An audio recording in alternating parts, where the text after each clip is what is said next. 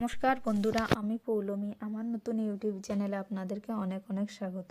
আজ রবিবার, এখন বাজে সকাল 9টা। একটু যাব বাড়িতে, কারণ ঘরে একটাও কাঁচা লঙ্কা নেই। এই যে দেখতে পাচ্ছেন লঙ্কা গাছ, এখান থেকে কয়েকটা লঙ্কা তুলে নেব। যেহেতু লঙ্কাগুলো অনেক ঝাল, তাই আমি 4 থেকে 5টা লঙ্কা এখান থেকে তুলে নিয়েছি। এরপর লঙ্কাগুলোকে জলে ভালো করে ধুয়ে নেব। ধুয়ে নেওয়ার পর একটা পেঁয়াজ ও একটা টমেটো কেটে রেখেছিলাম আমি আগের থেকে, এবং কয়েকটা আলু সেদ্ধ করে রেখেছিলাম। এরপর একটা কড়াইয়ে সামান্য সাদা তেল নিয়ে নিয়েছি, তাতে ডিমগুলো ভালো করে ভেজে নিয়েছি। এরপর সেই তেলেই প্রথমে পেঁয়াজগুলো ভালো করে ভেজে নিয়ে তাতে টমেটোগুলো দিয়ে দেব। টমেটোগুলো ভালো করে ভাজা হয়ে গেলে তাতে বেটে রাখা মশলা দিয়ে দেব। মশলাটা ভালো করে ভাজা হয়ে গেলে তাতে হালকা পরিমাণে জল দিয়ে দেব।